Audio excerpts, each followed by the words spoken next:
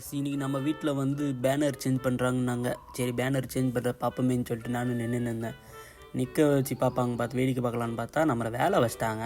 அடா ஜோப்டிங்கடாப்பா நீங்கள். சரி இப்போது நிற்போம் இவங்களுக்கு ஹெல்ப் பண்ணுவோன்னு சொல்லிட்டு நான் அப்புறம் எனக்கு ஃபோன் வந்ததுன்னு சொல்லிட்டு நான் தூரம் வந்துட்டேன் அங்கேருந்து.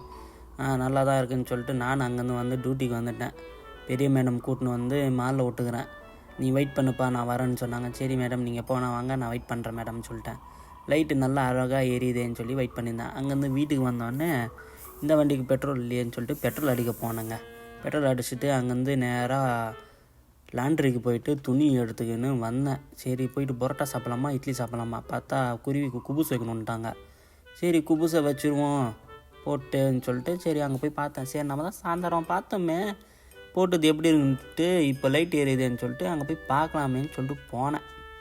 வேறு மாதிரி போட்டு வச்சுக்கிறாங்க, வேறு மாதிரி நல்லா தான் போட்டு வச்சுக்கிறாங்க, அருமையாக இருக்குது. ஷேக் தமிழ் மேலே தான் இருக்கிறாரு தலைவர். அவ்வளோதாங்க இன்றைக்கி வீடியோவே கொஞ்சம் இப்படி தான் போகுது. என்ன பண்ணுறதுன்னு தெரியல.